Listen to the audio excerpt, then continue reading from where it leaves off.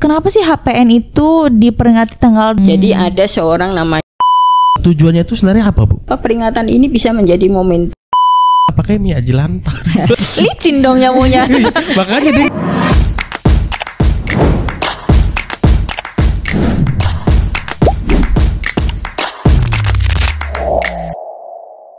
Halo, assalamualaikum sobatku Batam. Welcome to Karkes, Karantina Kesehatan Podcast.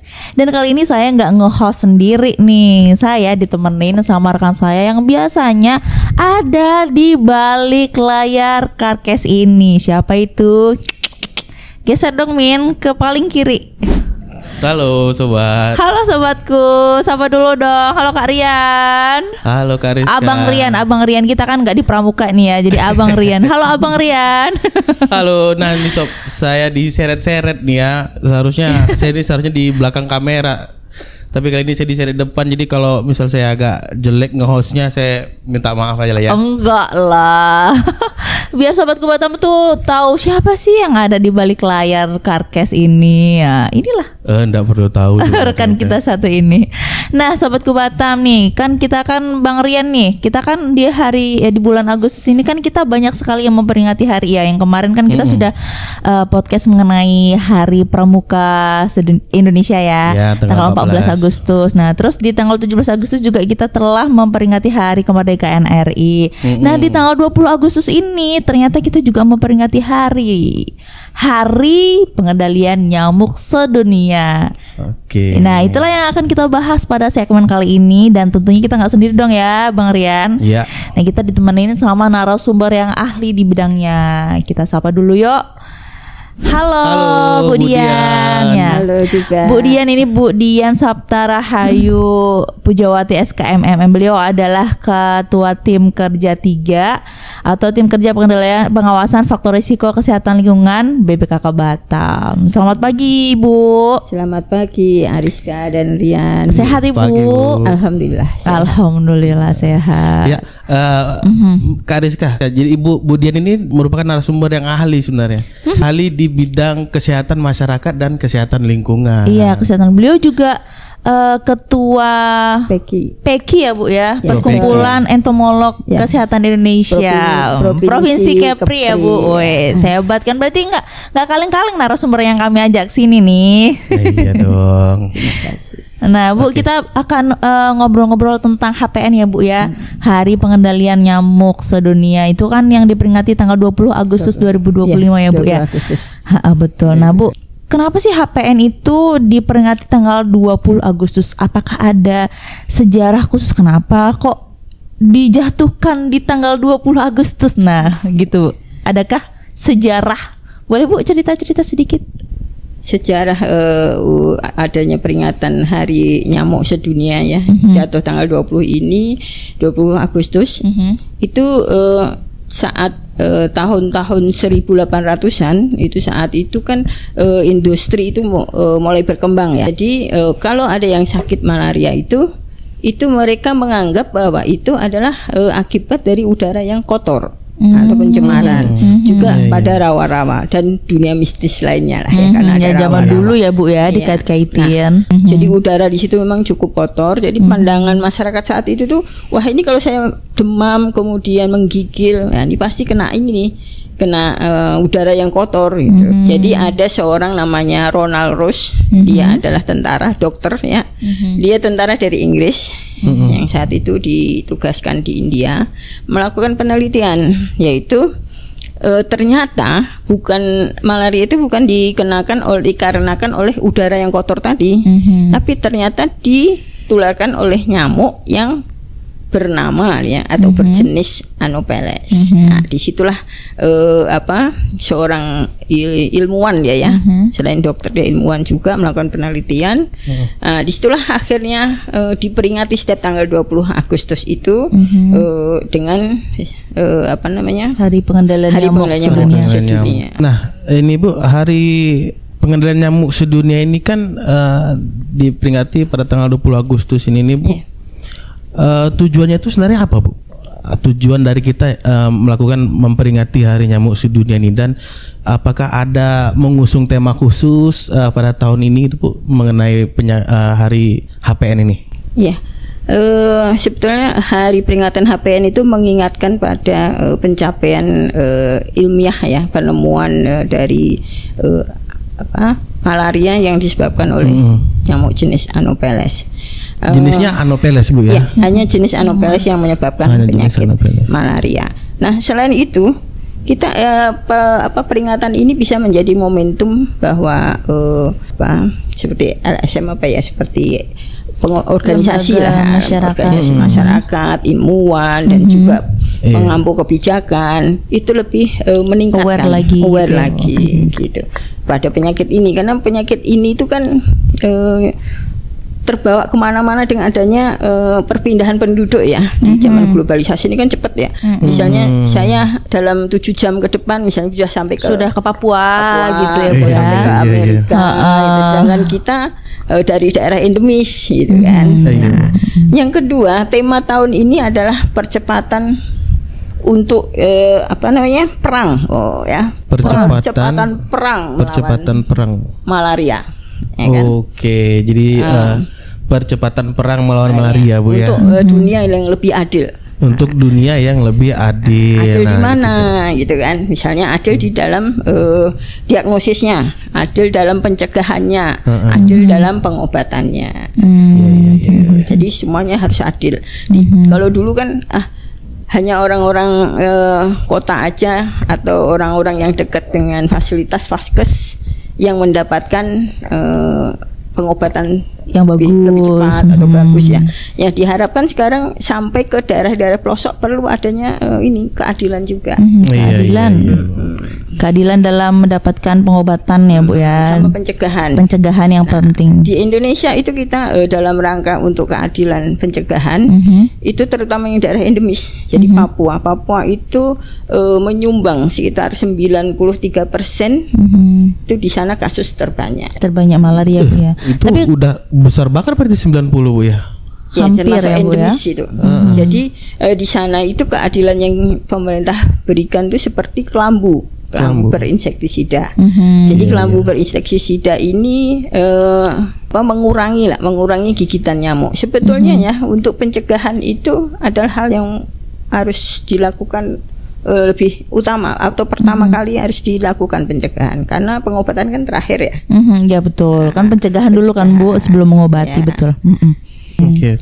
Berarti Bu tadi kan Ibu sudah sudah sedikit membocorkan rahasia bagaimana sih cara pencegahannya nah Bu. Nah, ini boleh dijelaskan lebih gamblang Bu, untuk kan malaria itu kan adalah salah satu penyakit yang dia itu selain nanti untuk komplikasinya bisa menyebabkan kematian ya Bu ya. Nah itu kan adakah Bu kiat-kiat khusus yang terkhusus nih Bu ya untuk mencegah, metode apa yang tepat untuk mencegah agar kita itu dihindari dari gigitan nyamuk malaria, gigitan nyamuk Anopheles yang menyebabkan penyakit malaria gitu Bu.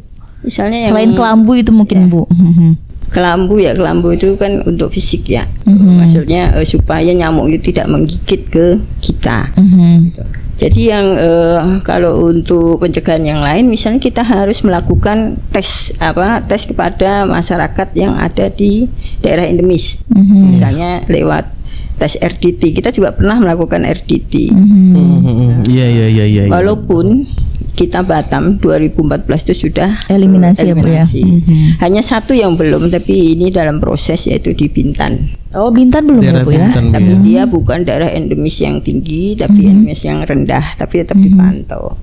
Nah, eliminasi malaria ini bisa dicabut ya jika ada penularan selama 3 tahun berturut-turut dari wilayah tersebut. Bukan kasus impor ya, tapi kasus malaria yang ditularkan di daerah Batam misalnya, itu akan dicabut gitu. Oh gitu. Eliminasi. Tapi kalau kasus impor gitu kan kita kan tadi kan perpindahan manusia itu kan gampang banget ya Bu ya. Jadi kan kalau misalkan kita di Batam nih Bu ya, kan ada penerbangan internasional yang banyak juga kan Bu, maksudnya rada sedikit sibuk juga kan bandara kita ini Bu. Nah kalau misalkan ternyata nih penumpang yang dia membawa atau dia karier malaria, penyakit malaria itu Bu, nah itu berarti termasuk dia dan dia menularkan ke warga Batam, berarti itu adalah termasuk kasus impor ya Bu ya. Nah itu kalau kasus impor itu tidak dihitung ya Bu, kecuali kalau yang dari kasus dari Batam dari dalam daerahnya itu sendiri baru nanti akan dicabut gitu ya Bu. Untuk kasusnya tetap dihitung. Oh tetap dihitung. Tapi untuk eliminasi ditinjau ulang lah itunya. Ditinjau ulang. Ditinjau ulang.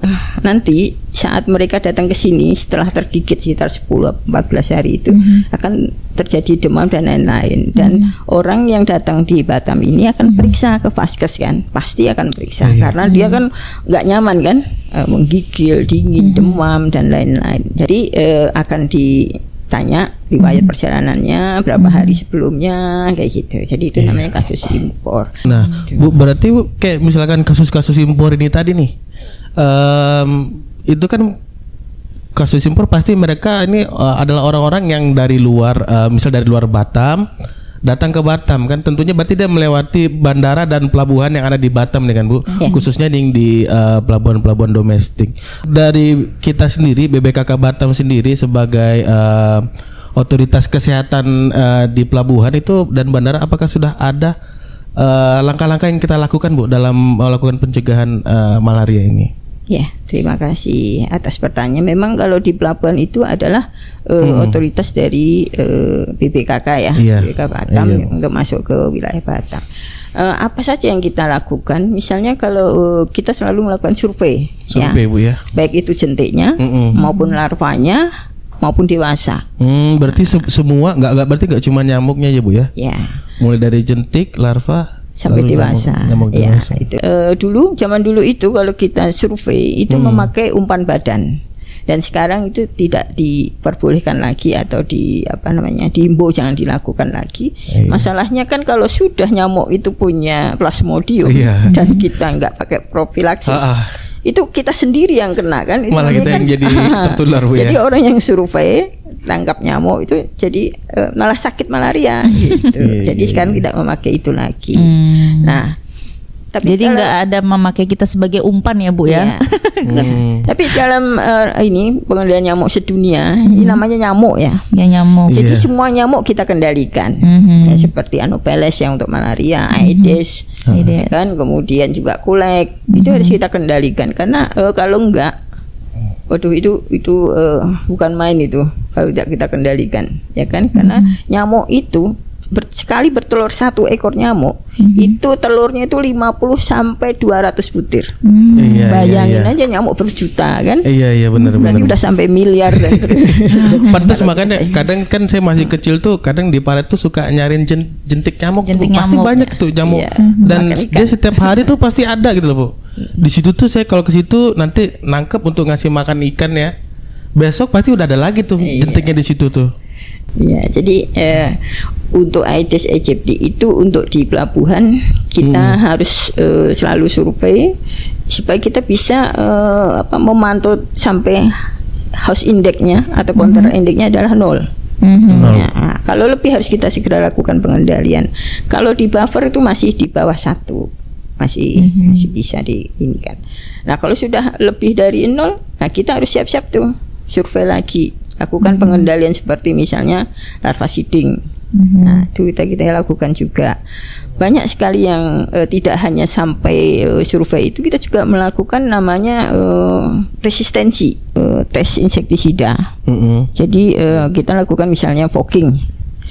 Jadi kita melakukan apakah nyamuk yang ada di pelabuhan dan bandara itu sudah resisten belum terhadap pestisida atau insektisida yang kita lakukan untuk pengendalian melalui fogging.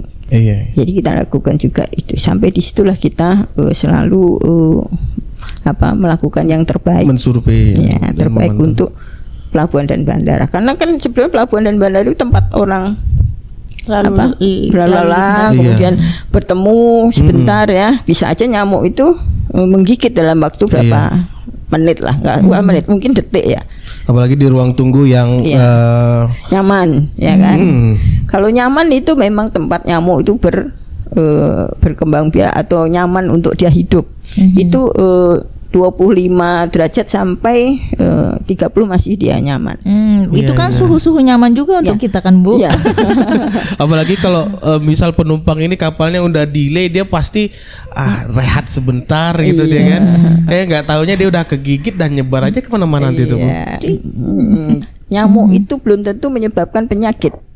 Iya. Karena belum tentu ada plasmodiumnya, gitu kan? Jadi Iya, dia menggigit betul. aja gitu. Pas akan ada plasmodium di dalamnya, kenalah kita apesnya. Gitu. Iya, karena ada nyamuk-nyamuk jenis tertentu ya Bu. Misalkan yang jenis kelamin betina kan Bu, yang bisa menyebarkan penyakit itu ya kan Ya, Bu. karena yang jantan tidak mau darah. Nah itu darah itu untuk apa Bu? Nyamuk itu mengisap darah kita tuh untuk apa nih? Biar sobat tahu juga nih. Kenapa sih nyamuk tuh kalau gigit pasti ngirup nyedot darah kita tuh? Kayak miniatur yang ada di sini nih kan nih. Ya gemuk-gemuk ya. Iya. Nampaknya gemuk itu. Jadi nyamuk itu kenapa menggigit darah itu kan untuk mematangkan telurnya. Mematangkan telur. Berarti Iya. kan otomatis tuh nyamuk betina kan ya Bu ya. Iya, Yang nyamuk punya betina. telur. Oh. Nyamuk betina. Dan nyamuk Tapi nyamuk laki-laki bukannya punya telur ini? tapi nyamuk nggak ada nyamuk. Oh nggak ada ya? Nyamuk Nggak ada. laki-laki nggak ada. Oh nggak ada. Bu. Adanya nyamuk jantan. Nyamuk nyamuk jantan. Jantan. Manusia. Ya, kalau laki-laki itu manusia ya. Oh, iya. Kalau nyamuk itu jantan dan Iya, iya, betina. Jangan terbalik. Siap Bu. Ini ada tuh alat yang di sini. Nah ya, ini Bu ya. Alat apa itu Bu? Boleh di Ini spill Bu, Bu. tulisannya sih Ovitrap. Nah, apa nih Bu? Ovitrap. Boleh jelasin Bu Ovitrap ini? Ini Bu? adalah tempat untuk kita kan ada survei ya. Survei jentik. Jentik. Nah, telurnya itu bisa kita ambil. Misal nyamuk itu kita pelihara. Kita juga punya pemeliharaan nyamuk. Salah satu. Bukan ini kan Bu, bukan yang di depan ini kan. Jadi ini alat ini untuk mengambil nyamuk yang mau kita ini kan apa namanya mau kita pelihara tadi Dikembang biakan Bu ya. Untuk Dikembang resistensi, biakan. baik resistensi untuk apa namanya kita kan adanya larvasiding gitu ya, penyebaran larvasida.